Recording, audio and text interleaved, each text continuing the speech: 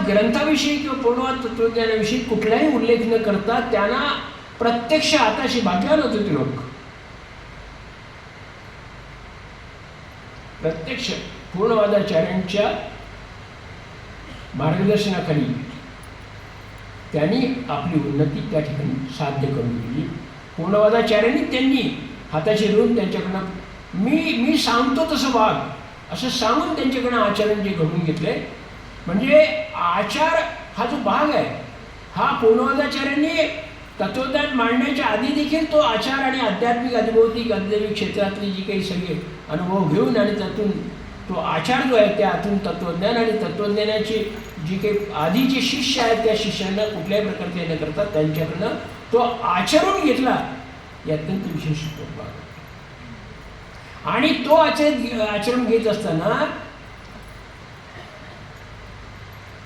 त्यांच्या निर्वाणापर्यंत त्यांनी ते कार्य सातत्याने अहोरात्र त्या ठिकाणी ते कार्य केलं. आणि ते कार्य केल्यानंतर एक पिढी त्यांनी घडवली. आणि ती घडवल्यानंतर ते म्हणले की प्रेमामृत नालो पूर्ण काम झालो असा उद्धरलो कृपे त्याच्या. म्हणजे पूर्ण पुरुषाची कृपा ही जी त्यांच्यावर झाली आणि त्यातून मला ईश्वराने 4 काम सांगितली पण मी 8 कामं करू शकलो. ही जे त्याचं विधान आणि ही जे आहे प्रेमामृत नालो ह्याच्यातून म्हणजे आपण जर याचा विचार केला की काही वेळेला आपण पाश्चात्य तत्त्वज्ञ जे आहेत त्या पाश्चात्य तत्त्वज्ञांच्या बाबतीमध्ये आपण पाहतो की त्यांनी तत्त्वज्ञान निर्माण केलं परंतु त्याच्या आचाराविषयी कुठल्या प्रकारची दक्षता घेतली नाही. ह्या पार्श्वभूमीवर अगदी स्पष्टच उल्लेख करायचा म्हणलं कार्ल मार्क्सनी अखिल विश्वातील कॉम्रेड्सच्या कल्याणासाठी जे साम्यवादी तत्त्वज्ञान दास कॅपिटलच्या माध्यमातून मांडलं त्यांनी ते तत्त्वज्ञान मांडलं पण त्याच्या आचाराविषयी कुठल्याही प्रकारचा आग्रह न घेतल्यामुळे त्या ठिकाणी त्या तत्त्वज्ञानाला एकांकित्व त्या ठिकाणी प्राप्त झालं.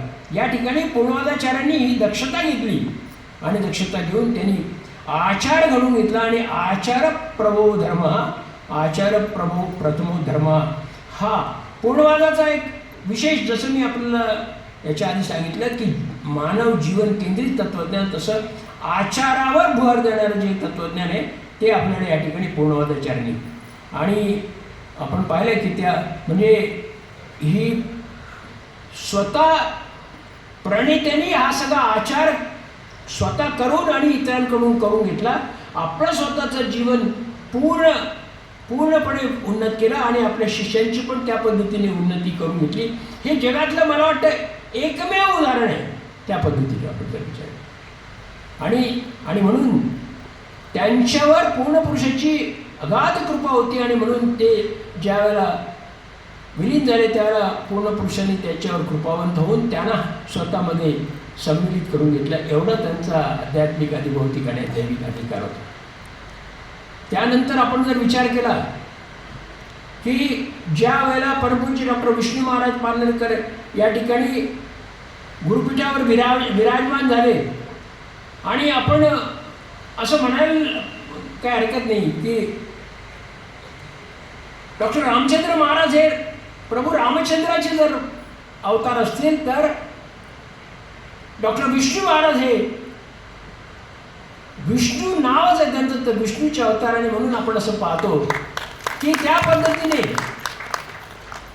रामचंद्र महाराजांचं जीवन आपण जर पाहिलं तर रामचंद्र आणि रामचंद्र महाराज यामध्ये खूप पद्धतीने साम्य आणि त्याच पद्धतीने म्हणजे एक आपण जर पाहिलं विष्णू महाराज पारनेरकरांनी अत्यंत गतिमानतेने हे कार्य केलेलं आपल्याला दिसून येईल.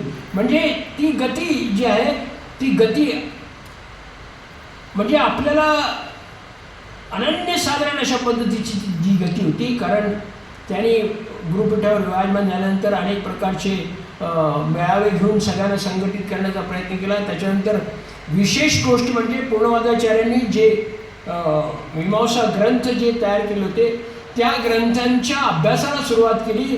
त्यानंतर 1982 जो पूर्णवाद ग्रंथ जो अप्रकाशित होता प्रबंधाच्या रूपामध्ये होता त्याला प्रकाशित करून पूर्णवाद या तत्वज्ञानाचा शिष्य